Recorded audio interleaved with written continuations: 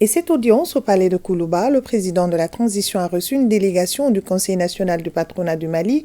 Elle est venue présenter les conclusions de ses travaux. Parmi ces conclusions, l'attractivité de l'économie nationale, et les patrons confirment leur disponibilité à accompagner la transition. Écoutons Mossadegh Bali, président du Conseil national du patronat du Mali, au micro de Garibou Pérou et de Adaman Camara. Nous avons eu l'honneur et le privilège d'être reçus par le président de la transition, chef de l'État.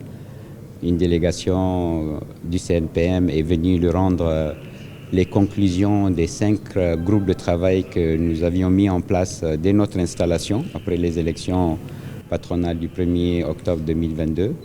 Ces 5 groupes de travail ont planché sur les 5 facteurs de compétitivité d'une économie, à savoir l'énergie, les ressources humaines, les infrastructures, la fiscalité et le financement.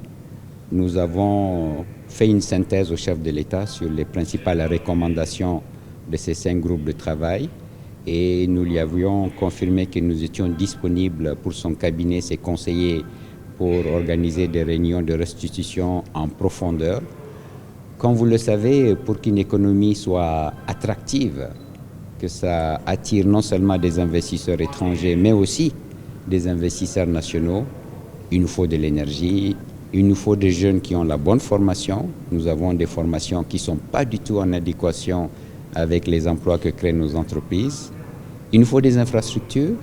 Ça ne sert à rien de produire des mangues à Sikasso s'il n'y a pas de route pour l'amener à Mopti, à Gao, à Kidal. Il nous faut une fiscalité bien répartie. La particularité du Mali, c'est qu'on a une injustice fiscale.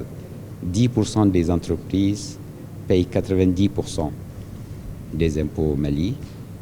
Donc il faut élargir l'assiette fiscale, notamment dans le domaine du foncier qui n'est pas du tout fiscalisé. Et finalement, il nous faut des financements. Actuellement, le secteur bancaire vit une crise de liquidité. Donc c'est tous ces sujets dont on a débattu avec le chef de l'État. Il a été très à l'écoute. Il est resté très longtemps avec nous. Il a souhaité que ce genre de rencontres se multiplient. C'était très instructif pour nous, c'était très utile pour nous parce que depuis plus d'une décennie, l'économie malienne subit des chocs multiples. On a eu une inflation pour la première fois dans l'histoire de l'UEMOA qui a frôlé les 2 chiffres. Et donc, tous ces chocs ont quand même fragilisé l'économie malienne.